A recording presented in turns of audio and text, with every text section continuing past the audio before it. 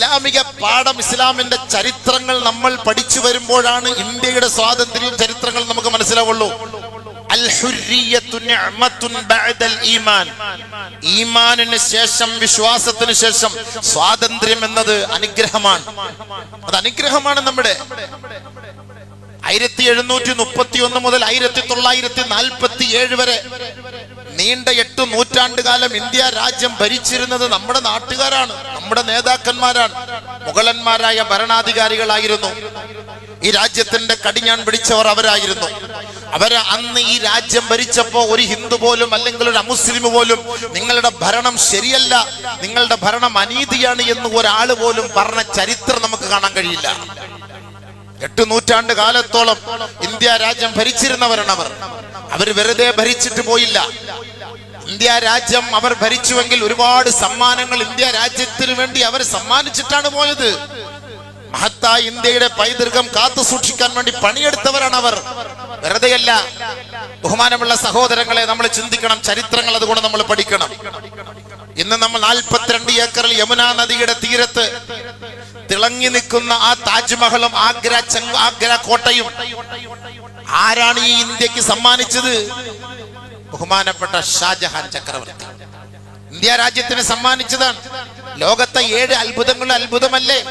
ഭാരതീയ നിർമ്മാണ പ്രവർത്തനത്തിൽ ഏറ്റവും വലിയ മുത്തായ, ഏറ്റവും വലിയ സ്ഥാനമുള്ള ആ താജ്മഹൽ ഇന്ത്യ രാജ്യക്ക് സമ്മാനിച്ചത് മുസ്ലിമാണ്.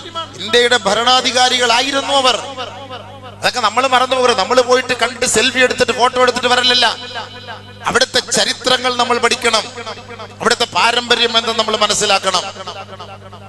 അതേപോലെ 1192 കുത്തുബ് മിനാർ 399 പടികളുണ്ട്. 237ഓളം 238ഓളം 8 മീറ്ററോളം ഉയരമുള്ള, അടിയോളം ഉയരമുള്ള ആ കുത്തുബ് മിനാർ ബഖ്തിയാർ അഹമ്മദ് എന്ന ഉസ്താദിന്റെ നാമധേയത്തിൽ, ഉസ്താദിന്റെ ഓർമ്മയ്ക്ക് കുത്തുബുദ്ദീൻ ഐബക് 1192 ആദ്യമായിട്ട് ഇന്ത്യ രാജ്യത്തിന്റെ ഭരണാധികാരിയാണ്. അദ്ദേഹമാണ് അത് പണി കഴിപ്പിച്ചത്. ബഹുമാനമുള്ള സഹോദരങ്ങളെ, ഇന്ന് അതിന്റെയൊക്കെ ചുവട്ടിൽ കാണിക്കുന്നത് എന്തൊക്കെയാണെന്ന് അറിയോ? അതിലൊക്കെ കൊത്തിവച്ചിരിക്കുന്ന ഓരോ ലേഖനങ്ങൾ, ഉല്ലേഖനങ്ങൾ, അതൊക്കെ ഒന്ന് പഠിക്കുക, ചിന്തിക്കുക, മനസ്സിലാക്കുക. ഇന്ത്യ രാജ്യത്തിന് സമ്മാനിച്ച സമ്മാനമാണ്, മുസ്ലിമീങ്ങളുടെ ഭാഗത്ത് നിന്ന് കിട്ടിയ സമ്മാനമാണ്. അതേപോലെ റെഡ് ഫോർട്ട് ചെങ്കോട്ട എന്നാണ് അതിന് അറബിയിൽ, ഉറുദുവിൽ പോലും പറയുന്നത്. ജന്നത്തുൽ മുഅല്ല എന്ന് പറയുന്ന പോലെ മുഅല്ല എന്നാണ് പറയുന്നത്. ആരാണത് പടി? 1638 ആ 72 മീറ്റർ ഉയരമുള്ള റെഡ് ഫോർട്ട് ചെങ്കോട്ടയുടെ ഹൃദയത്തിൽ, അതിന്റെ നെഞ്ചിൽ കയറി നിന്നിട്ടാണ് ഇന്ത്യയുടെ അഭിസംബോധന ചെയ്യുന്നത്. ആരാണ് ഇതിന് സാക്ഷ്യം വഹിച്ചത്? ആരാണ് ഇത് ഇന്ത്യ രാജ്യത്തിന് സമ്മാനിച്ചത്? മുസ്ലിമീങ്ങളല്ലേ? ഷാജഹാനല്ലേ? ഷാജഹാൻ ചക്രവർത്തിയല്ലേ?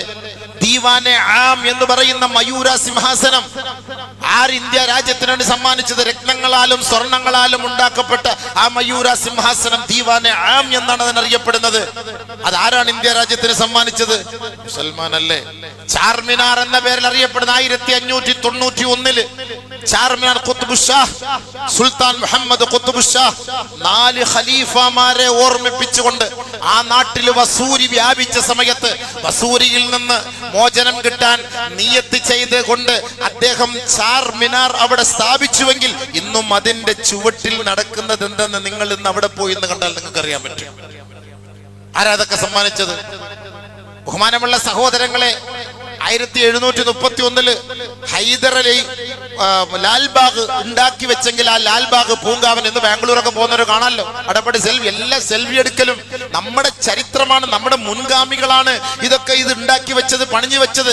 അന്ന് വരെ സ്വാതന്ത്ര്യം കിട്ടുന്നത് വരെ ബ്രിട്ടീഷുകാരന്റെ സൂപ്രണ്ടന്മാര് താമസിച്ചിരുന്ന ആ ലാൽബാഗിലായിരുന്നു. അവർക്ക് ഇതിനു വേണ്ടി പരവതാനി ഒരുക്കി കൊടുത്തത്, ഇതൊക്കെ പണിത് വെച്ചത്, ഇന്ത്യ രാജ്യത്തിന് സമ്മാനിച്ചത് മുസൽമാനാണ്. ഇതൊക്കെ എന്താ പറഞ്ഞ ചരിത്രം മൊത്തം തിരുത്തി കുർത്തി പേരുകളൊക്കെ മാറ്റിയെടുത്തിട്ട് മുസൽമാനെ ആട്ടിയോടിക്കാനുള്ള പരിശ്രമം അല്ലേ നടത്തിക്കൊണ്ടിരിക്കുന്നത്? ഇങ്ങനെ ഇന്ത്യ രാജ്യത്ത് എണ്ണമറ്റ അമൂല്യ നിധികൾ സമ്മാനിച്ചു കൊണ്ടിരിക്കുന്ന ആ ഭരണകൂടത്തെ 700 വർഷത്തിന് ശേഷം തളച്ചിടാനും അവരെ തകർക്കാനും ഇന്ത്യ പിടിച്ചെടുക്കാനുമാണ് 4 ഭീകര ശക്തികൾ ഇന്ത്യയിലേക്ക് കടന്നു വന്നത്. പോർച്ചുഗീസുകാര്, ഫ്രഞ്ചുകാര്, ഡച്ചുകാര്, ബ്രിട്ടീഷുകാര്. അവര് വന്നിട്ടാണ് ഡിവൈഡ് ആൻഡ് റൂൾ, എല്ലാവരെയും ഭിന്നിപ്പിച്ച് ഭരിപ്പിക്കാനുള്ള സംവിധാനം. താജ്മഹൽ ഏറ്റെടുത്തിട്ട് ആ താജ്മഹൽ പൊളിച്ചു കൊണ്ടുപോകാനുള്ള തീരുമാനമെടുക്കുകയും $2 ട്രില്യൺ ഇന്ത്യ രാജ്യത്ത് നിന്ന് അവർ കടത്തിക്കൊണ്ടുപോയത്.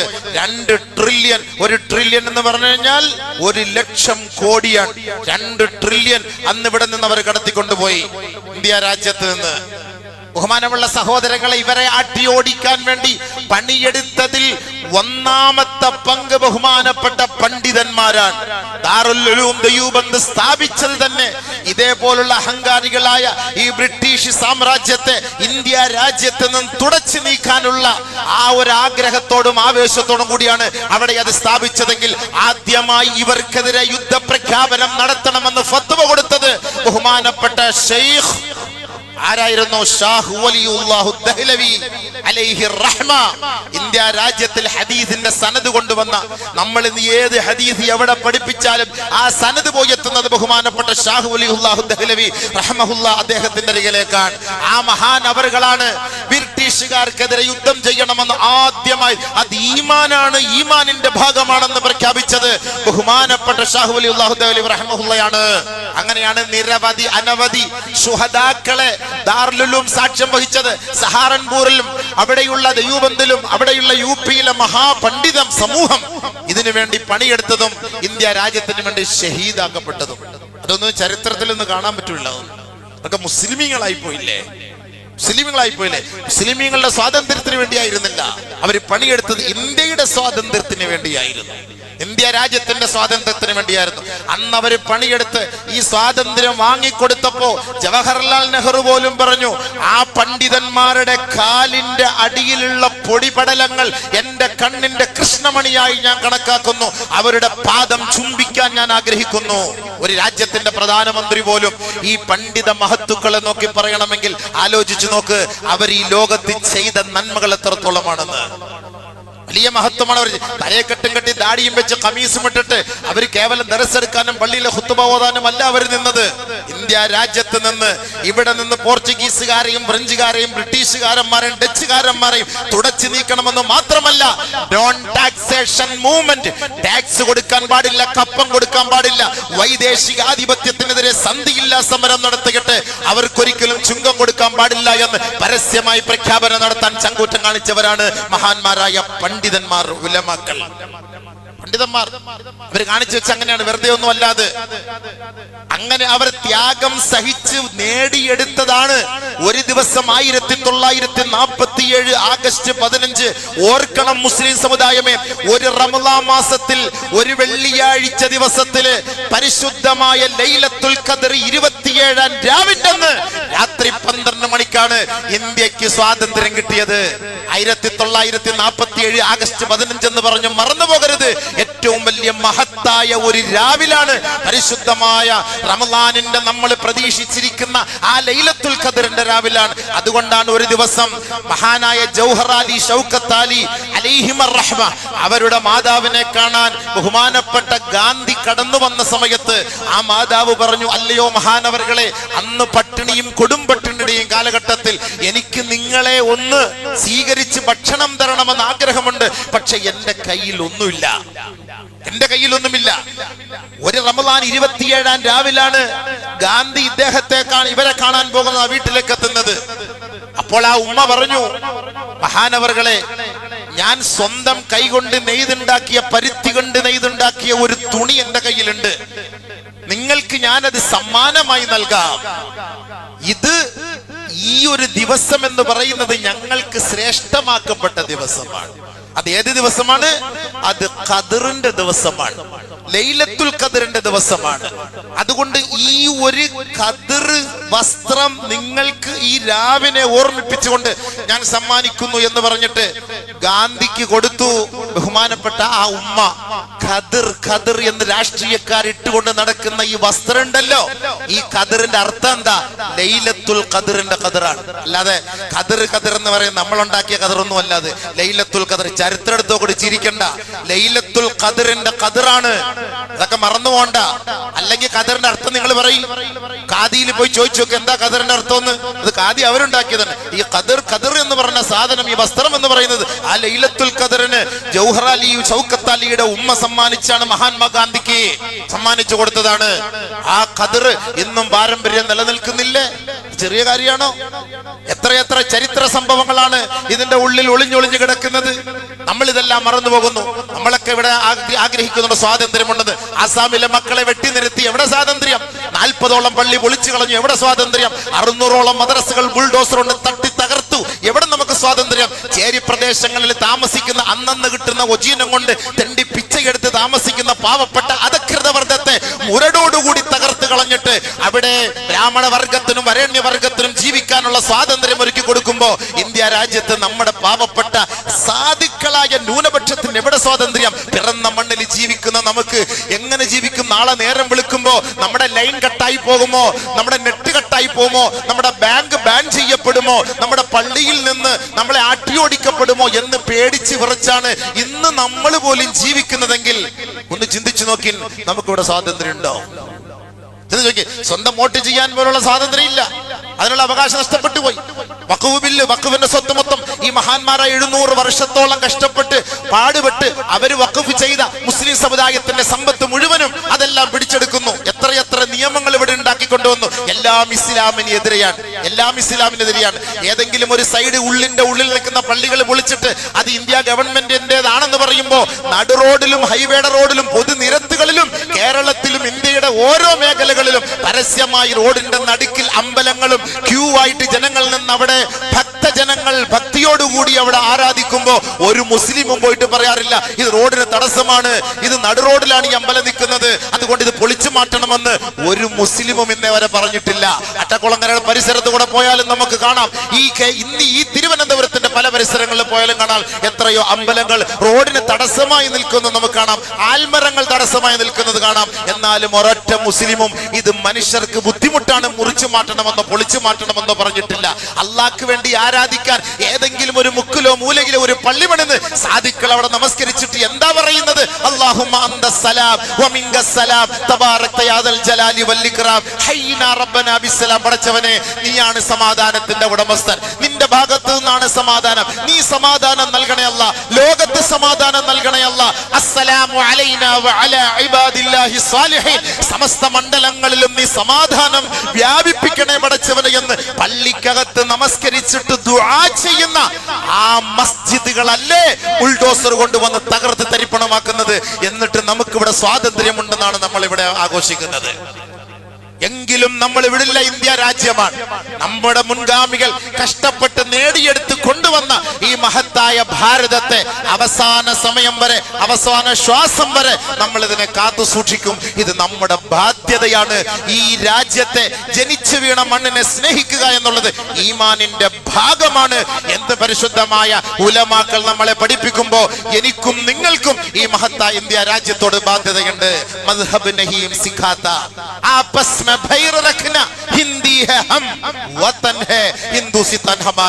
ഒരു മദ്ഹബും ഒരു സമുദായവും പഠിപ്പിക്കുന്നില്ല പരസ്പരം നിങ്ങൾ പോരടിക്കാനും, പരസ്പരം നിങ്ങൾ വിദ്വേഷം വെച്ച് പുലർത്താനും, പരസ്പരം നിങ്ങൾ തമ്മിലടിക്കാനും, രക്തം ചീറ്റാനും ഒരു മതവും പഠിപ്പിക്കുന്നില്ല. ഹിന്ദിഹം, നമ്മളൊക്കെ ഇന്ത്യക്കാരാണ്. ഈ മഹത്തായ ഇന്ത്യ രാജ്യം നമ്മുടെ രാജ്യമാണെന്ന് ലോകത്തോട് പാടി പരിചയപ്പെടുത്തിയത് ഒരു മുസ്ലിം കുടുംബത്തിൽ ജനിച്ച നബിയുനാ റസൂലുള്ളാഹി തങ്ങളെ പ്രേമിച്ച ആശിഖെ റസൂലായ മഹാനായ അല്ലാമ ഇഖ്ബാൽ റഹ്മത്തുള്ളാഹി അലൈഹി എന്ന മഹാനായ പണ്ഡിതനാണ് ഇന്ത്യ രാജ്യത്തിന് വേണ്ടി പാടിയത്. സാരേ ജഹാ സേ അച്ഛ, എല്ലാ രാജ്യത്തെക്കാളും ഏറ്റവും ശ്രേഷ്ഠമായ അമൂല്യമായ രാജ്യമാണ് ഇന്ത്യ രാജ്യമെന്ന് ലോകത്തോട് വിളിച്ചു പറഞ്ഞത് ആര്? ഒരു മുസൽമാൻ. 700 വർഷക്കാലത്തോളം ഇന്ത്യ രാജ്യം ഭരിച്ചിട്ട് കുട്ടിച്ചോറാക്കിയിട്ടല്ല പോയത്, കുട്ടിച്ചോറാക്കിയിട്ടല്ല പോയത്. ഇന്ത്യക്ക് ഒരുപാട് സംഭാവനകൾ നൽകിയിട്ടാണ് അവർ പോയത്. അത് മുസ്ലിമീങ്ങളായ നമ്മൾ പഠിക്കണം, നമ്മുടെ മക്കൾ പഠിക്കണം. ചരിത്രം തീരുന്നില്ല സഹോദരങ്ങളെ. ബ്രിട്ടീഷുകാർ ഇന്ത്യ രാജ്യത്തിലേക്ക് കടന്നു വന്ന് ഇന്ത്യയെ തകിടം മറിച്ച് തകർത്ത് നശിപ്പിച്ച് ഇവിടെയുള്ളവരെയൊക്കെ മർദ്ദിച്ച് ഭവനരഹിതരാക്കി, തടവിലാക്കി, വേദനിപ്പിക്കുമ്പോൾ നമുക്ക് മനുഷ്യർക്ക് സ്വസ്ഥമായി താമസിക്കാനുള്ള, ജീവിക്കാനുള്ള സ്വാതന്ത്ര്യം അവർ നിഷേധിച്ചു. അങ്ങനെ സ്വാതന്ത്ര്യമില്ലതായത്. അതുകൊണ്ട് അവരുടെ പിടിയിൽ നിന്ന് വിടുവിക്കപ്പെട്ടതിന് 79ാമത്തെ വാർഷികമാകുമ്പോൾ അതൊരു ജീവിക്കാനൊരു സ്വാതന്ത്ര്യം എന്നാണ് അതിന് പറയുക. ഒരു കുട്ടി ഇഴഞ്ഞിഴഞ്ഞു വരുന്നു, ആ കുട്ടിയെ നമ്മൾ പിടിക്കാനും തടയാനും പോകുമ്പോൾ ആ കുട്ടി കരയുന്നു. ആ കുട്ടിയുടെ ലക്ഷ്യസ്ഥാനത്തേക്ക് എത്തണം, അതാണ് അതിന്റെ സ്വാതന്ത്ര്യം. അതിനെ ഇടയ്ക്ക് തടയുമ്പോൾ ഒരു പക്ഷേ അതിന് സ്വാഭാവികമായിട്ട് കരയും, അല്ലെങ്കിൽ അതിനെ എതിർക്കും, അങ്ങനെയൊക്കെ സ്വാഭാവികമായി ഉണ്ടായേക്കാം. ഒരു പക്ഷി, ആ പക്ഷിക്ക് സ്വാതന്ത്ര്യം എന്ന് പറയുന്നത് അതിനെ സ്വസ്ഥമായി പറക്കാൻ അനുവദിക്കലാണ്. കൂട്ടിനകത്ത് അടയ്ക്കപ്പെട്ട ഒരു പക്ഷിക്ക് സ്വാതന്ത്ര്യമുണ്ട് എന്ന് നമുക്ക് പറയാൻ പറ്റൂല. അതുകൊണ്ട് ആ പക്ഷി രഹസ്യമായിട്ട് വിളിച്ചു പറയും, അൽ ഹബ്സു ലൈസ മദ്ഹബി, എന്നെ പിടിച്ചു വെക്കൽ അത് എന്റെ സ്വഭാവമല്ല, നമ്മുടെ സംസ്കാരമല്ല, നമുക്കത് അനുവദിക്കപ്പെട്ടതല്ല, നമുക്ക് പറ്റിയതല്ല. അതുകൊണ്ടാണ് പിടിച്ചു വെക്കാൻ പാടില്ല എന്നൊക്കെ പറയുന്നത്. ഓരോ പക്ഷികളെയൊക്കെ നമ്മൾ വീട്ടിന്റെ ഉള്ളിലൊക്കെ വളർത്തുമ്പോൾ, അതിനെ ഒരു ചട്ടക്കൂട്ടിലിട്ട് വളർത്തുമ്പോൾ അതിന് സ്വാതന്ത്ര്യമില്ലാതെ വരുമ്പോൾ പണ്ഡിതന്മാരും ഉലമാക്കളും അത് നല്ലതല്ല എന്നൊക്കെ പറയുന്നതിന്റെ കാരണം അതാണ്. അതിന് യഥേഷ്ടം വിഹരിക്കാനുള്ള ഒരു സ്വാതന്ത്ര്യം നമ്മൾ ഉണ്ടാക്കി കൊടുക്കണം. ആണ് സ്വാതന്ത്ര്യം എന്ന് പറയുന്നത്. അല്ലെങ്കിൽ അതിന് സ്വാതന്ത്ര്യമില്ല എന്നുള്ളതാണ്. ലോക ചരിത്രത്തിൽ ആദ്യമായി സ്വാതന്ത്ര്യത്തിന് വേണ്ടി പണിയെടുത്തതാരാ? ബഹുമാനപ്പെട്ട മൂസാ നബി അലൈഹി സ്വലാത്തു വസ്സലാമാണ്. ഫറോവയുടെ കരാള ഹസ്തങ്ങളിൽ നിന്ന് ബനു ഇസ്രായേലികളെ രക്ഷപ്പെടുത്തുന്നതിന് വേണ്ടി പണിയെടുത്ത പ്രവാചകനാണ് ബഹുമാനപ്പെട്ട മൂസാ നബി അലൈഹി സ്വലാത്തു വസ്സലാം. അന്ന് ഫറോവ ബനു ഇസ്രായേലികളെ അടിമകളാക്കിയാണ് വെച്ചത്, അടിമകളായിരുന്നു. ബഹുമാനപ്പെട്ട മൂസാ നബി അലൈഹി സ്വലാത്തു വസ്സലാം ഫറോവയെ നോക്കിയിട്ട് പറഞ്ഞു, അൻ അബ്ബത്ത ബനി ഇസ്രായീൽ, അൻ അബ്ബത്ത ബനി ഇസ്രായീൽ, ഏ ഫിറഔനെ, നീ ഇസ്രായേലികളെ അടിമകളെ പോലെ വെച്ചിരിക്കുകയാണല്ലോ, തടവ് പുള്ളിയാക്കി വെച്ചിരിക്കുകയാണല്ലോ. ഒരു സ്വാതന്ത്ര്യം അവർക്കില്ലല്ലോ. ജീവിക്കാനുള്ള സ്വാതന്ത്ര്യമില്ല, കഴിക്കാനുള്ള സ്വാതന്ത്ര്യമില്ല, വിവാഹം കഴിക്കാനുള്ള സ്വാതന്ത്ര്യമില്ല. അങ്ങനെ അവരെ തളച്ചിടപ്പെട്ടതുപോലെ, പിടിച്ചു വെക്കപ്പെട്ടതുപോലെ അടിമകളാക്കി വെച്ചിരിക്കുന്ന സമയത്താണ് മൂസാ നബി അലൈഹി സ്വലാത്തു വസ്സലാം ഫറോവയുമായിട്ട് യുദ്ധമുണ്ടാക്കുന്നത്. ഫിറഔന്റെ നേർക്ക് നോക്കിയിട്ട് പറഞ്ഞു, അർസിൽ മഅനാ ബനി ഇസ്രായീൽ വലാ തുഅദ്ദിബുഹും, ആ ഇസ്രായേലികളെ എന്റെ കൂട്ടത്തിൽ അയക്ക്, എന്നോടൊപ്പം അയക്ക്. അവരെ നിങ്ങൾ വേദനിപ്പിക്കരുത്, അവരെ അടിമകളാക്കി വെക്കരുത്, അവരെ ബുദ്ധിമുട്ടിക്കരുത്, കഷ്ടപ്പെടുത്തരുത്. അർസിൽ മഅനാ ബനി ഇസ്രായീൽ, ഇസ്രായേലി സന്തതികളെ എന്നോടൊപ്പം അയക്ക്. ബഹുമാനപ്പെട്ട മൂസാ നബി അലൈഹി സ്വലാത്തു വസ്സലാം പണിയെടുത്തു, കഷ്ടപ്പെട്ടു, ത്യാഗം സഹിച്ചു. ഇസ്രായേലികൾക്ക് ഫറോവയുടെ കിരാത മർദ്ദനത്തിൽ നിന്നും അടിമത്തത്തിൽ നിന്നും സ്വാതന്ത്ര്യം വാങ്ങിക്കൊടുത്തു ബഹുമാനപ്പെട്ട മൂസാ നബി അലൈഹി സ്വലാത്തു വസ്സലാം. പ്രവാചകന്മാരിൽ ആദ്യമായിട്ട് സ്വാതന്ത്ര്യത്തിന് വേണ്ടി പണിയെടുത്തത് മൂസാ നബി അലൈഹി സ്വലാത്തു വസ്സലാമാണ്. അതെന്തിനാണ്? ആ മനുഷ്യർക്ക് വേണ്ടിയിട്ടാണ്, സ്വസ്ഥമായി ജീവിക്കാൻ, സ്വതന്ത്രമായി ജീവിക്കാൻ. ഇന്നും ഫലസ്തീനിന്റെ മക്കൾക്ക് സ്വതന്ത്രമായി ജീവിക്കാൻ അവകാശമില്ല. പിറന്നു വീണ മണ്ണ്, ജനിച്ചു വീണ മണ്ണ്. ഒരു കൊച്ചു കുഞ്ഞിനോട് ഈ അടുത്ത സമയത്ത് ഒരു പിതാവ് ചോദിച്ചു, മകളെ നമുക്ക് ഇവിടെ നിന്ന് പോകാം. ആ പിതാവ് മരണപ്പെട്ടു, അല്ലാഹു പുറത്തു കൊടുക്കുമാറാകട്ടെ, ഷഹീദിന്റെ കൂലി കൊടുക്കുമാറാകട്ടെ.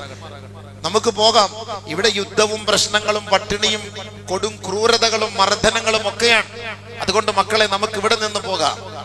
ഏതെല്ലാം നിലയ്ക്ക് ആ പിതാവ് തന്റെ കുഞ്ഞു മക്കളോട് ഒരുമിച്ച് കൂട്ടിയിരുത്തി, വാത്സല്യത്തോടുകൂടി ആ പിതാവ് ആ കുട്ടികളോട് കൊഞ്ചി കുഴഞ്ഞുകൊണ്ട് പറഞ്ഞിട്ട് പോലും ആ കുട്ടികളുടെ നാവിൽ നിന്ന് വന്നത് ഈ ഫലസ്തീൻ എന്ന് പറയുന്നത് പിറന്നു വീണ മണ്ണാണ്, നമ്മൾ ഇവിടെ തന്നെ മരിക്കണം, ഇതാണ് നമ്മുടെ ലക്ഷ്യം, ഇതാണ് നമുക്ക് വേണ്ടത്. അതുകൊണ്ട് ഉപ്പ, ഈ നാട്ടിൽ നിന്ന് വരുന്ന പ്രശ്നമേ ഇല്ല, ഈ നാട്ടിൽ നിന്ന് എങ്ങോട്ടേക്കും പോകുന്ന പ്രശ്നമേ ഇല്ല, മരിച്ചാൽ ഇവിടെ തന്നെ മരിക്കണം. സ്വന്തം മണ്ണിനോട് കൂറുള്ളവർ, സ്വന്തം രാജ്യത്തോട് കൂറുള്ളവർ, ആ സ്വന്തം രാജ്യത്തിൽ നിന്ന് ആട്ടിയോടിക്കപ്പെടുന്ന ഒരവസ്ഥയിലേക്കല്ലേ ഇന്ന് ഫലസ്തീനിന്റെ മക്കൾ. അതാണ് സ്വാതന്ത്ര്യമില്ല എന്ന് പറയുന്നത്. അവർക്ക് എവിടെയാണ് സ്വാതന്ത്ര്യം? സ്വന്തം നാട്ടിൽ പോലും പിറന്നു വീണ മണ്ണിൽ പോലും സ്വാതന്ത്ര്യമില്ല. മൂസാ നബി അലൈഹി സ്വലാത്തു വസ്സലാം ഒരു കാലഘട്ടത്തിൽ ഫറോവയിൽ നിന്ന് ഇത് വാങ്ങിക്കൊടുത്തു, മൂസാ നബി അലൈഹി സ്വലാത്തു വസ്സലാം. അതിനുശേഷം ബഹുമാനപ്പെട്ട നബിയുന ഷഫീഉന റസൂലുള്ളാഹി സ്വല്ലല്ലാഹു അലൈഹി വസല്ലമ തങ്ങൾ നമ്മളിലേക്ക് കടന്നു വരികയാണ്. ജാഹിലിയ കാലഘട്ടമാണ്. ആ ജാഹിലിയ കാലഘട്ടം വിവരമില്ലാത്ത കാലഘട്ടം എന്നൊക്കെ പറഞ്ഞാൽ അന്നും അടിമത്വമായിരുന്നു, അടിമപ്പണി എടുപ്പിക്കുമായിരുന്നു. അതല്ലേ അടിമയായ ബിലാൽ റളിയല്ലാഹു തആല അൻഹു എന്നൊക്കെ നമ്മൾ കേട്ടിട്ടുള്ളത്. കറുത്ത വർഗ്ഗക്കാരനായ ബിലാൽ റളിയല്ലാഹു തആല അൻഹുവിനെ കുറിച്ചൊക്കെ ചർച്ച ചെയ്ത കാരണം എന്താണ്? അബൂജഹലിന്റെ ഉത്തുബത്തിന്റെ ശൈബത്തിന്റെ ഒക്കെ തൊഴുത്തിൽ കിടന്ന് പണിയെടുത്തിട്ട് അവന്റെ ഒട്ടകങ്ങളുടെ കാഷ്ടം വാരാൻ വിധിക്കപ്പെട്ടവനായി സ്വാതന്ത്ര്യമില്ലാതെ വെറും മനുഷ്യ ശവമായി ജീവിക്കപ്പെട്ട ഒരു വ്യക്തിയായിരുന്നു ബിലാൽ റളിയല്ലാഹു അൻഹു പോലെയുള്ളവർ. അതേപോലെയുള്ളവർ ധാരാളം ആളുകൾ ആദരവായ റസൂലുള്ളാഹി സ്വല്ലല്ലാഹു അലൈഹി വസല്ലമ തങ്ങൾ അവരിലേക്ക് ഇറങ്ങി വന്നിട്ട് ഈ അടിമത്വം, ഈ സ്വാതന്ത്ര്യമില്ലായ്മ കാലത്തിന്റെ ചവിട്ടുകൊട്ടയിലേക്ക് തുടച്ചു നീക്കിയിട്ട് അടിമകളെ മോചിപ്പിക്കൽ ഏറ്റവും വലിയ കൂലിയാണ്, സ്വർഗത്തിലെത്തുന്ന പദവിയാണ് ഒരു അടിമയെ മോചിപ്പിക്കുക എന്ന് നബിയുനാ ഷഫീഉനാ റസൂലുള്ളാഹി സ്വല്ലല്ലാഹു അലൈഹി വസല്ലമ തങ്ങൾ ലോകത്തോട് പ്രഖ്യാപിച്ചു, കാണിച്ചു കൊടുത്തു. ഒരു അടിമയെ മോചിപ്പിച്ചാൽ അവർക്കുള്ള പ്രതിഫലം സ്വർഗമാണ്. സഹാബാക്കൾ അങ്ങനെ മോചിപ്പിക്കാൻ തുടങ്ങിയില്ലേ? ഓരോരോ അടിമകളെ മോചിപ്പിക്കാൻ തുടങ്ങിയില്ലേ? മാത്രമല്ല പരിശുദ്ധമായ ഖുർആനിൽ പോലും നമ്മൾ ചെയ്യുന്ന ഒരു തെറ്റ്, അതിന് ഹജ്ജിനോ മറ്റുള്ള വേളകളിലോ നമ്മുടെ ഭാഗത്ത് നിന്ന് ഒരു അപാകത വന്നു പോയാൽ ഒരു അടിമയെ നീ മോചിപ്പിക്ക്, ആ തെറ്റിന് അത് പരിഹാരമായി തീരുമെന്ന് അള്ളാഹു പറഞ്ഞു, നബിയുനാ റസൂലുള്ളാഹി തങ്ങൾ പഠിപ്പിച്ചു. ഏറ്റവും വലിയ പുണ്യമാക്കപ്പെട്ട ഒരു പുണ്യമായി കാണപ്പെട്ടു എന്ത്? അടിമകളെ മോചിപ്പിക്കുക. അതുകൊണ്ട് നബിയുനാ റസൂലുള്ളാഹി സ്വല്ലല്ലാഹു അലൈഹി വസല്ലമ തങ്ങൾ ഈ ലോകത്തേക്ക് വന്നത് സ്വാതന്ത്ര്യം വാങ്ങി തരാനും കൂടിയാണ്. അതോടെ ചിന്തിക്കണം. ആദരവായ റസൂലുള്ളാഹി തങ്ങൾ നമ്മുടെ നാട്ടിലേക്ക് കടന്നു വന്നത്, ഈ ലോകത്തേക്ക് കടന്നു വന്നത് അടിമത്വത്തിൽ നിന്ന് ജനങ്ങളെ മോചിപ്പിക്കുന്നതിന് വേണ്ടിയാണ്. സ്വന്തം മണ്ണിൽ ജീവിക്കാനുള്ള അവകാശം നേടിക്കൊടുക്കുന്നതിന് വേണ്ടിയാണ് ആദരവായ ഹബീബായ ഷഫീആയ റസൂലുള്ളാഹി സ്വല്ലല്ലാഹു അലൈഹി വസല്ലമ തങ്ങൾ വന്നത്. അതുകൊണ്ടല്ലേ നബിയുനാ റസൂലുള്ളാഹി സ്വല്ലല്ലാഹു അലൈഹി വസല്ലമ തങ്ങളെ കുറിച്ച് അല്ലാഹ് പറഞ്ഞത് യഅ്മുറുഹും ബിൽ മഅറൂഫ് വയൻഹാഹും അനിൽ മുൻകർ ويحل لهم الطيبات ويحرم عليهم الخبائث ويضع عنهم إسرهم والأغلال التي كانت عليهم. ആരായിരുന്നു പരിശുദ്ധ പ്രവാചകൻ? നന്മ ഉപദേശിക്കാൻ വേണ്ടി ലോകത്തേക്ക് കടന്നു വന്ന ദൂതരായിരുന്നു. തിന്മയെ വിരോധിക്കാൻ വേണ്ടി പഠിപ്പിക്കാൻ വന്ന ഗുരുഭൂതരായിരുന്നു. ഏതാണ് ഹലാൽ, ഏതാണ് ഭക്ഷിക്കൽ അനുവദനീയം, ഏതാണ് കഴിക്കൽ ഭക്ഷിക്കൽ അനുവദനീയമല്ലാത്തത്, നിഷിദ്ധമാക്കപ്പെട്ടത്, ഹറാമാക്കപ്പെട്ടത്, ഇത് വളരെ വ്യക്തമായി പഠിപ്പിച്ചു തന്ന പ്രവാചകനാണ് മുഹമ്മദ് നബിയുനാ റസൂലുള്ളാഹി. മാത്രമല്ല വയളഉ ഇസ്റഹും, അവരുടെ ഭാരങ്ങളൊക്കെ എടുത്തു വെക്കലായിരുന്നു പരിശുദ്ധ പ്രവാചകന്റെ ഡ്യൂട്ടി. ലോകത്തിന്റെ നേതാവിന്റെ ഡ്യൂട്ടി ചാരുകസേരയിൽ ഇരുന്ന് AC ഇട്ട് കറങ്ങലായിരുന്നില്ല. അണികളോട് കൽപ്പിച്ചിട്ട് അണികൾ പോയി പണിയെടുക്കട്ടെ, ഞാനിവിടെ AC ഇരുന്നു കൊള്ളാമെന്നായിരുന്നില്ല പരിശുദ്ധ പ്രവാചകന്റെ ഉത്തരവാദിത്വം. ആദരവായ റസൂലുള്ളാഹി തങ്ങളുടെ ഉത്തരവാദിത്വം വയളഉ അൻഹും ഇസ്റഹും, തന്റെ ഭാരങ്ങൾ, ചുമക്കാൻ പറ്റാത്ത ഭാരങ്ങളുമായി പേറി നടക്കുന്ന പാവപ്പെട്ട അറബികളുടെ തലയിൽ നിന്ന് ആ ഭാണ്ഡക്കെട്ടുകൾ, ഭാരക്കെട്ടുകൾ വാങ്ങിയെടുത്ത് സ്വന്തം തലയിൽ വെച്ച് അവരുടെ ലക്ഷ്യസ്ഥാനത്തേക്ക് എത്തിച്ചു കൊടുത്ത് അവർക്ക് നീതി വാങ്ങി കൊടുക്കലായിരുന്നു, സ്വാതന്ത്ര്യം വാങ്ങി കൊടുക്കലായിരുന്നു ബഹുമാനപ്പെട്ട നബിയുനാ റസൂലുള്ളാഹി തങ്ങളുടെ ഉത്തരവാദിത്വം. വല്ലഗ്ലാലല്ലതി കാനത് അലൈഹിം, നബിയുനാ റസൂലുള്ളാഹി തങ്ങളെ കുറിച്ച് പറഞ്ഞത് അവരുടെ മേൽ ചുറ്റപ്പെട്ടിരുന്ന, പൂട്ടപ്പെട്ടിരുന്ന ചങ്ങലക്കെട്ടുകളെയെല്ലാം പൊട്ടിച്ചു കളയാൻ വേണ്ടി നിയോഗിക്കപ്പെട്ട പ്രവാചകനായിരുന്നു ലോകത്തിന്റെ ഗുരുഭൂതർ മുത്ത് മുഹമ്മദ് മുസ്തഫ സല്ലല്ലാഹു അലൈഹി വസല്ലമ തങ്ങൾ. അപ്പൊ ആ അടിമകൾക്ക് മോചനം വാങ്ങിക്കൊടുക്കൽ, അധകൃത വർഗത്തിന്, ആരുമില്ലാത്ത അശരണർ, ആലംബഹീനർ, അവർണർ, അവർക്ക് വേണ്ട എല്ലാ സഹായങ്ങളും ചെയ്തു കൊടുക്കാൻ ആദരവായ റസൂലുള്ളാഹി സ്വല്ലല്ലാഹു അലൈഹി വസല്ലമ തങ്ങൾ കടന്നു വന്നു. സലാമെ ആതിഷെ ജंजीर बातिल छोड़ने वाले, സലാമെ ഖാരിജ ടൂട്ടെ ഹുവേ ദിൽ ചോड़ने वाले. അധർമ്മത്തിന്റെ ചങ്ങലക്കെട്ടുകളെ പൊട്ടിച്ചു കളയാനാണ് ആദരവായ റസൂലുള്ളാഹി സ്വല്ലല്ലാഹു അലൈഹി വസല്ലമ തങ്ങൾ കടന്നു വന്നത്. പൊട്ടിപ്പോയ ഹൃദയങ്ങളെ കൂട്ടിയിണക്കാനാണ് ആദരവായ റസൂലുള്ളാഹി സ്വല്ലല്ലാഹു അലൈഹി വസല്ലമ തങ്ങൾ കടന്നു വന്നത്. ആ ഒരു മനുഷ്യനെ മനുഷ്യനായി കാണാൻ വെറുക്കുന്ന ഒരു കാലഘട്ടത്തിൽ, ഒരു പെൺകുട്ടിക്ക് സ്വസ്ഥമായി ജീവിക്കാനുള്ള സ്വാതന്ത്ര്യം നിഷേധിക്കപ്പെട്ടിരുന്ന കാലഘട്ടത്തിൽ, പെണ്ണ് മുത്താണ്, പവിഴമാണ്, മാണിക്യമാണെന്ന് ലോകത്തിന്റെ മുന്നിൽ പഠിപ്പിച്ചു കൊടുക്കുകയും ഒരു പെണ്ണിനെ വളർത്തിയാൽ ഉണ്ടാകുന്ന മഹത്വം എന്തെന്ന് പഠിപ്പിക്കുകയും വഹിക്കുകയും ഒരു പെണ്ണിനെ വേദനിപ്പിച്ചാൽ ഉണ്ടാകുന്ന ശിക്ഷ എന്തെന്ന് മനസ്സിലാക്കി കൊടുക്കുകയും ചെയ്തുകൊണ്ട് ലോകത്ത് സ്വാതന്ത്ര്യത്തിന് വേണ്ടി പണിയെടുത്ത പ്രവാചകനാണ് മുത്ത് മുഹമ്മദ് മുസ്തഫ സല്ലല്ലാഹു അലൈഹി വസല്ലമ തങ്ങൾ. നബി തങ്ങൾ സ്വാതന്ത്ര്യം ലഭിക്കാത്തത് കൊണ്ടല്ലേ സ്വന്തം മണ്ണിൽ നിന്ന് ആട്ടിയോടിക്കപ്പെട്ടത്. വഹി വന്ന സമയത്ത് പരിശുദ്ധമായ പ്രവാചകൻ മക്ക മുഖറമയിൽ നിന്ന് ആട്ടിയോടിക്കപ്പെടും എന്ന് വറഖത്ത് ബിൻ നൗഫൽ എന്ന പാതിരി പറഞ്ഞപ്പോ റസൂലുള്ളാഹി തങ്ങൾ പറഞ്ഞതെന്താ? ഹവ മുഖ്രിജിയഹും, ഈ നാട്ടിലാണ് ഞാൻ ജനിച്ചു വീണത്, എന്റെ സ്വന്തം മണ്ണ്, സ്വന്തം നാട്, എന്റെ മാതൃരാജ്യത്തിൽ നിന്ന് എന്നെ പുറത്താക്കുകയോ? ഇതങ്ങൾക്ക് അത്ഭുതമായി പോയി. ഇന്ത്യ രാജ്യത്തിൽ നിന്ന് നമ്മളെ എല്ലാവരെയും ഇവിടെ നിന്ന് പുറത്താക്കാൻ വേണ്ടി കൊടുമ്പിരി ശ്രമങ്ങൾ നടക്കുമ്പോ ആലോചിച്ചു നോക്കി. നമ്മൾ ടാക്സ് കൊടുത്ത് ചുങ്കം കൊടുത്തിട്ട് ഇവിടെ കിടക്കുന്ന നമ്മളെ ഈ നാട്ടിൽ നാട്ടി ഓടിക്കാൻ വേണ്ടി പരിശ്രമിക്കുമ്പോ ഈ നാട്ടുകാരല്ല എന്ന് പറഞ്ഞാൽ ഞാൻ ഈ നാട്ടുകാരൻ അല്ലെന്നോ എന്ന് ചോദിക്കുന്നത് പോലെ സ്വന്തം മക്കയിൽ പിറന്നു വീണ ഹബീബായ തങ്ങളെ അവിടെ നിന്ന് ആട്ടിയോടിക്കപ്പെടും, ഈ നാട്ടുകാർ പുറത്താക്കപ്പെടുമെന്ന് ഒരു പാതിരി പറഞ്ഞപ്പോ അല്ലാഹുവിന്റെ റസൂൽ പറഞ്ഞ വാക്ക് മുഖ്രിജിയഹും, എന്നെ പുറത്താക്കുവാൻ, ഞാൻ അൽ അമീൻ, ഞാൻ വിശ്വസ്തനാണ്. അതേ, വിശ്വസ്തന്മാർക്കാണ് നിലനിൽപ്പില്ലാത്തത്. കുതന്ത്രശാലികൾക്കും അഹങ്കാരി തമ്മാടികൾക്കും കയ്യൂക്കുള്ളവനും എവിടെയും നിൽക്കാം, അതിനുള്ള സ്വാതന്ത്ര്യമുണ്ട്. ചതിയും വഞ്ചനയും ഇല്ലാത്ത സത്യസന്ധന്മാർക്കാണ് എവിടെയും നിലനിൽപ്പില്ലാത്തത്.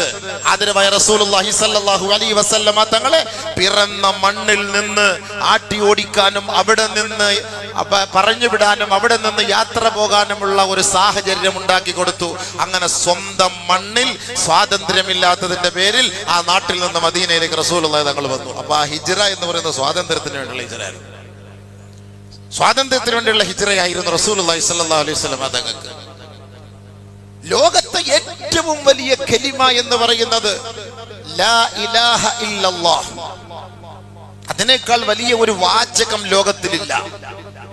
ലാ ഇലാഹ ഇല്ലല്ലാഹ്, ആരാധനക്കർഹൻ അല്ലാഹു അല്ലാതെ മറ്റാരുമില്ല എന്ന ആ ഒരു തത്വമല്ലാതെ ലോകത്ത് അതിനേക്കാൾ രസമുള്ള മൊഞ്ചുള്ള ഒരു വാക്കേ ഇല്ല. എന്നാൽ അല്ലാഹു സുബ്ഹാനഹു വ തആല പറഞ്ഞത് എന്താണ്? ഫമൻ ശാഅ ഫൽയുമിൻ വമൻ ശാഅ ഫൽയക്ഫുർ. ലാ ഇലാഹ ഇല്ലല്ലാഹ്. ലോകത്ത് 800 കോടിയോളം വരുന്ന മനുഷ്യരുണ്ടെങ്കിൽ ഈ ലോക ജനതയെ എല്ലാവരെയും ലാ ഇലാഹ ഇല്ലല്ലാഹ് അടിച്ചേൽപ്പിക്കാനല്ല പരിശുദ്ധ ഇസ്ലാം പഠിപ്പിക്കുന്നത്. ലാ ഇലാഹ ഇല്ലല്ലാഹ് എന്നതാണ് യാഥാർത്ഥ്യം. അല്ലാഹു അല്ലാതെ ആരാധനക്കർഹൻ മറ്റാരുമില്ല. അത് ശരി തന്നെയാണ്. അന്ത്യപ്രവാചകൻ മുത്ത് മുഹമ്മദ് മുസ്തഫ തങ്ങളാണ്. ഫൽമൻ ശാഅ ഫൽയുമിൻ, ഇഷ്ടമുള്ളവൻ അത് വിശ്വസിക്കട്ടെ. വമൻ ശാഅ ഫൽയക്ഫുർ, ഇഷ്ടമില്ലാത്തവൻ അതിനെ തള്ളിക്കളയട്ടെ. ലാ ഇക്റാഹ ഫിദ്ദീൻ, അതിന്റെ പേരിൽ നിങ്ങൾ തമ്മിലടിക്കുകയോ നിർബന്ധിച്ച് മതപരിവർത്തനം നടത്തിയിട്ട് മുസ്ലിം അല്ല എങ്കിൽ നിന്നെ ഇവിടെ നിന്ന് ആട്ടിയോടിക്കുമെന്ന് ഒരു വാക്ക് പോലും പറയരുത് എന്ന് ലോക ചരിത്രത്തിൽ അല്ലാഹു സുബ്ഹാനഹു വ തആല നമ്മളോട് പഠിപ്പിച്ചു. അവിടെയും സ്വാതന്ത്ര്യമാണ് നമ്മളെ പഠിപ്പിച്ചിരുന്നത്. നിനക്ക് വേണമെങ്കിൽ ഇഷ്ടം ചെയ്യും, നിനക്ക് വിശ്വസിക്കാം. ഫമൻ ശാഅ ഫൽയുമിൻ, നിന്നെ നിർബന്ധിക്കുന്നില്ല, നിനക്ക് സ്വാതന്ത്ര്യമുണ്ട്. Your choice. നിനക്ക് ഇഷ്ടമുള്ളതുപോലെ നിനക്ക് വേണമെങ്കിൽ അല്ലാഹയെ വിശ്വസിക്കാം. നിനക്ക് ഇഷ്ടമില്ലയോ, ആരും നിന്റെ വിഷയത്തിൽ, ഈമാനിന്റെ വിഷയത്തിൽ, ഈ തൗഹീദിന്റെ വിഷയത്തിൽ നിന്നെ ആരും നിർബന്ധിക്കാൻ വരുന്നില്ല. നിനക്ക് ഇഷ്ടമില്ല എങ്കിൽ നീ ഇതിനെ നിഷേധിച്ച് തള്ളുക. അതുകൊണ്ട് അല്ലാഹ് പറഞ്ഞ വാക്കാണ്.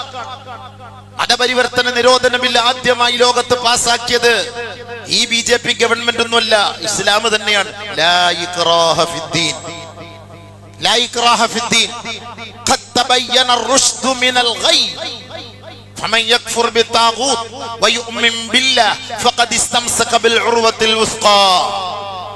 അല്ലാഹു സുബ്ഹാനഹു വ തആല സത്യവും മിഥ്യയും നന്മയും തിന്മയും എല്ലാം അല്ലാഹു പഠിപ്പിച്ച് വിവരിച്ച് വിശദീകരിച്ച് തന്നു കഴിഞ്ഞു. ആരാണോ ആ സത്യത്തിൽ പിടിച്ച് അള്ളാന്റെ പാശത്തെ മുറുകെ പിടിക്കുന്നത് അത് ഒരിക്കലും തകർന്നു പോവൂല, അതിന് തകർച്ചയില്ല. അവനെ അത് നേരെ സത്യത്തിലേക്കും അവൻ ഉദ്ദേശിച്ച സ്ഥലത്തേക്കും അവനെ കൊണ്ടെത്തിക്കും. മറിച്ച് ദുർമൂർത്തികളെയാണ് അവൻ വിശ്വസിക്കുന്നതെങ്കിൽ അതവനെ കൊണ്ടെത്തിക്കുന്നത് അന്ധകാരത്തിലായിരിക്കും. അവസാനം അവരുടെ സങ്കേതം നരകമായിരിക്കും. അതുകൊണ്ട് ആ സത്യവും നീതിയും പഠിപ്പിച്ചു കൊടുക്കൂ നബിയെ. ആരെയും നിർബന്ധിക്കണ്ട. ഇതിലേക്ക് തന്നെ വന്നാലേ ജീവിക്കാൻ കഴിയുമെന്നല്ല അതിന്റെ ലക്ഷ്യം. സത്യം പഠിപ്പിച്ചു കൊടുക്കുക. അപ്പൊ അവിടെയും പരിശുദ്ധ ഇസ്ലാം പഠിപ്പിക്കുന്നത് സ്വാതന്ത്ര്യമാണ്. നമുക്കിവിടെ ആരെയും നിർബന്ധിക്കുന്നില്ലല്ലോ. നബീന റസൂലുള്ളാഹി സ്വല്ലല്ലാഹു അലൈഹി വസല്ലമ തങ്ങളെ ആട്ടി ഓടിക്കാൻ വേണ്ടി ശ്രമിച്ചു. എല്ലാവരും അവിടെ നിന്ന് പോയി തിരിച്ചു മക്കയിലേക്ക് വന്നു. ആരെല്ലാം അള്ളാന്റെ റസൂലിന്റെ മേൽ കുതന്ത്രം ചമഞ്ഞുവോ, ആരെല്ലാം നബി തങ്ങളെ ആട്ടിയോടിക്കാൻ പരിശ്രമിച്ചുവോ, അവരെല്ലാം തന്റെ മുന്നിൽ വിറങ്ങലിച്ച് നിൽക്കുമ്പോ അള്ളാന്റെ റസൂൽ സല്ലല്ലാഹു അലൈഹി വസല്ലമ തങ്ങൾ ആ പേടിച്ച് വിറച്ച് വിറയാർന്ന് നിൽക്കുന്ന ആ മനുഷ്യ മക്കളോട് ഹബീബായ തങ്ങൾ ചോദിച്ചു, മാ തളുന്നൂന അന്നി ഫാഇലും ബിക്കും, ഞാനാണ് ഇന്നത്തെ നേതാവ്, ജേതാവ്. ഇന്ന് ഈ മദീനയുടെ ചെങ്കോലും മക്കയുടെ ചെങ്കോലും കിരീടവും എന്റെ കൈകളിലാണ്.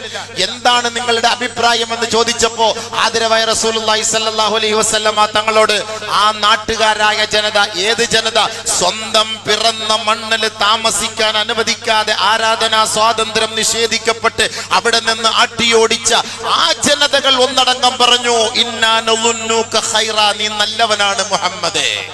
നബി സല്ലല്ലാഹു അലൈഹി വസല്ലമ തങ്ങളെ നോക്കിയിട്ട് അവർ പറഞ്ഞു, നീ നല്ലവനാണ്, നീ നല്ലവന്റെ മോനാണ്, നിന്നിൽ നല്ലതല്ലാതെ ഞങ്ങളൊന്നും ആഗ്രഹിക്കുന്നില്ല എന്ന് ആദരവായ റസൂലുള്ളാഹി സ്വല്ലല്ലാഹു അലൈഹി വസല്ലം തങ്ങൾ പറഞ്ഞപ്പോൾ, അതേ അൻതുമുത്തുലഖ, നിങ്ങൾ സ്വതന്ത്രരാണ്, നിങ്ങൾ പൊയ്ക്കോളി, നിങ്ങൾ പൊയ്ക്കോളി.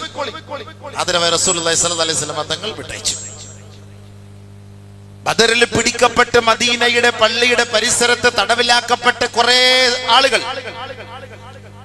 ആദരവായ റസൂലുള്ളാഹി തങ്ങളെ കൊല്ലാനും വേദനിപ്പിക്കാനും ഇസ്ലാമിനെ തകർക്കാനും പണിയെടുത്ത ക്രൂരന്മാർ. അവരിൽപ്പെട്ട ഒരാളാണ് സുഹൈബ് ഇബ്നു അംർ. റസൂലുള്ളാഹി സ്വല്ലല്ലാഹു അലൈഹി വസല്ലമ തങ്ങളുടെ മുന്നിലെ കൂരി പിടിച്ച വാളുമായിട്ട് ഉമർ റളിയല്ലാഹു അൻഹു പറഞ്ഞു, ആ സുഹൈബിനെ ഇങ്ങോട്ട് പറഞ്ഞുവിട്, ആ തല ഞാനൊന്ന് വെട്ടിമാറ്റട്ടെ നബിയെ, അവന്റെ പല്ലടിച്ചു പൊട്ടിക്കട്ടെ. അങ്ങയെ വേദനിപ്പിക്കുകയും തെറി വിളിക്കുകയും ചെയ്ത വ്യക്തിയാണ്, അതുകൊണ്ട് അല്പം അവനെ ഒന്ന് അഴിച്ചു വിടുമോ നബി എന്ന് ബഹുമാനപ്പെട്ട ഉമർ റളിയല്ലാഹു തആല നബീന റസൂലുള്ളാഹി തങ്ങൾ ചോദിച്ചപ്പോ, ഉമറേ, അതിവിടെ നടക്കൂല. സ്വന്തം തടവുപുള്ളികളോട് സ്വാതന്ത്ര്യം കാണിച്ചു കൊടുത്ത പരിശുദ്ധ പ്രവാചകൻ നബീന റസൂലുള്ളാഹി തങ്ങളുടെ പിതൃവ്യ പുത്രനായിരുന്ന അബ്ബാസ് റളിയല്ലാഹു തആല അൻഹു, നബിയും സഹാബത്തും മദീന പള്ളിയുടെ ആ ശീതള ചായരിൽ ഉറങ്ങുമ്പോ രാത്രി ഒരു ഞരക്കം കേൾക്കുന്നു, അനക്കം കേൾക്കുന്നു, ആരോ നെടുവീർപ്പിടുന്നതായിട്ട് കേൾക്കുന്നു, ഉറങ്ങാൻ കഴിയാതെ. നബീന റസൂലുള്ളാഹി തങ്ങൾ സഹാബത്തിനെ വിളിച്ചിട്ട് ചോദിച്ചു, ആരാണ് അവിടെ ഞരങ്ങുന്നത് പോലെ ഒരനക്കം, ഒരു വല്ലാത്ത ഒരു ഇന്നി അസ്മഉൽ ഹനീൻ, അങ്ങനെ നിലവിളിക്കുന്നത് പോലെ? നബീന റസൂലുള്ളാഹി തങ്ങളോട് സഹാബത്ത് വന്ന് പറഞ്ഞു, അതെ, ഇന്നലെ പിടിക്കപ്പെട്ട തടവ് പുള്ളികളിലെ അവിടുത്തെ പിതൃവ്യ പുത്രൻ അബ്ബാസ് ആണ്. നബി സല്ലല്ലാഹു, എന്താ സംഭവം? അദ്ദേഹത്തെ കെട്ടിയിട്ടിരിക്കുന്നതുകൊണ്ട് ഉറങ്ങാൻ കഴിയുന്നില്ല. ഹബീബുന റസൂലുള്ളാഹി തങ്ങൾ പറഞ്ഞു, പോയി അഴിച്ചുവിട്, പോയി അഴിച്ചുവിട്, ആ കെട്ട് അഴിച്ചുവിട്. ഒരു തടവ് പുള്ളിയോടാണ് റസൂലുള്ളാഹി തങ്ങൾ പറയുന്നത്, അഴിച്ചുവിട്, സ്വാതന്ത്ര്യം കൊടുക്ക്, അവർ സ്വസ്ഥമായി ഉറങ്ങട്ടെ, അവർ സ്വസ്ഥമായി ഉറങ്ങട്ടെ. റസൂലുള്ളാഹി സ്വല്ലല്ലാഹു അലൈഹി വസല്ലമ തങ്ങളെ തെറി വിളിക്കുകയും പരിശുദ്ധമായ ശരീഅത്തിനെ തെറി വിളിക്കുകയും സുമാമത്ത് ഇബ്നു ഉസാൽ എന്ന് പറയുന്ന വ്യക്തിയെ അറസ്റ്റ് ചെയ്ത് റസൂലുള്ളാഹി തങ്ങളുടെ മുന്നിൽ കൊണ്ടുവന്ന് മദീനയുടെ തൂണിൽ കെട്ടിയിട്ടിട്ട് എല്ലാ ദിവസവും സുമാമത്ത് ഇബ്നു ഉസാലിന്റെ മുന്നിൽ പോയിട്ട് പറയും, നീ ഇസ്ലാമിനെ കുറ്റം പറയരുത്, ഞാൻ പറയും, എന്നാ നീ അവിടെ കിടക്ക്. റസൂലുള്ളാഹി തങ്ങളെയും തെറി വിളിക്കും, ഇസ്ലാമിനെയും തെറി വിളിക്കും. റസൂലുള്ളാഹി തങ്ങൾ പറഞ്ഞു, നീ എന്നെ തെറി വിളിച്ചോ, ഇസ്ലാമിനെ തെറി വിളിക്കരുത്. മൂന്നാമത്തെ ദിവസം അദ്ദേഹം പറഞ്ഞു, എങ്കിൽ മുഹമ്മദ്, നിന്നെ ഞാൻ തെറി വിളിക്കൂല, നിന്നെ ഞാൻ തെറി വിളിക്കും, ഇസ്ലാമിനെ തെറി വിളിക്കൂല. ആദരവായ റസൂലുള്ളാഹി തങ്ങൾ പറഞ്ഞു, സഹാബ, ആ സുമാമത്ത് ഇബ്നു ഉസാലിന്റെ കെട്ടഴിച്ചുവിട്, അദ്ദേഹത്തെ സ്വതന്ത്രനാക്ക്. നബിയെ തെറി വിളിച്ചോ, പ്രശ്നമില്ല, ഇസ്ലാമിനെ കുറ്റം പറയരുത്. ആ ഒരൊറ്റ കണ്ടീഷനിൽ സ്വന്തം ദേഹത്തിന്റെ മേൽ ഉത്തരവാദിത്തം ഏറ്റെടുത്തിട്ട് എന്നെ തെറി വിളിച്ചാലും എനിക്ക് പ്രശ്നമില്ല. ഏതൊരു പാരമ്പര്യത്തിന്റെ ഉടമയായ ഞാൻ, അതിന്റെ വ്യക്തിയായ ഞാൻ, അതിന് ഒരു പോറലും ഏൽക്കാൻ പാടില്ല എന്ന് വിശ്വസിച്ച ബഹുമാനപ്പെട്ട റസൂലുള്ളാഹി തങ്ങൾ സുമാമത്ത് ഇബ്നു ഉസാലിനെ സ്വതന്ത്രനാക്കി വിട്ടു. ആ സ്വതന്ത്രനായ സുമാമത്ത് ഇബ്നു ഉസാൽ ഒളുവെടുത്ത് മടങ്ങി വന്ന് റസൂലുള്ളാഹി തങ്ങളുടെ കൈക്ക് പിടിച്ച് അഷ്ഹദു അല്ലാ ഇലാഹ ഇല്ലല്ലാഹ് വഅഷ്ഹദു അന്ന മുഹമ്മദർ റസൂലുള്ളാഹ്. സുഹൈബിന് അംർ, അള്ളാഹിന്റെ റസൂലിന്റെ ശത്രുവായ അദ്ദേഹത്തെ ഉമർ റളിയല്ലാഹു തആല അൻഹു കൊല്ലാൻ ശ്രമിച്ചപ്പോ വേണ്ടാന്ന് പറഞ്ഞു. പിൽക്കാലത്ത് അദ്ദേഹം ഇസ്ലാമിലേക്ക് കടന്നു വന്നു. ബഹുമാനമുള്ള സഹോദരങ്ങളെ, ഈ തടവ് പുള്ളികളോട് കാണിച്ച സ്വാതന്ത്ര്യം എത്ര വലിയ സ്വാതന്ത്ര്യം പരിശുദ്ധമായ ഇസ്ലാം നമുക്ക് പഠിപ്പിച്ചിരുന്നു.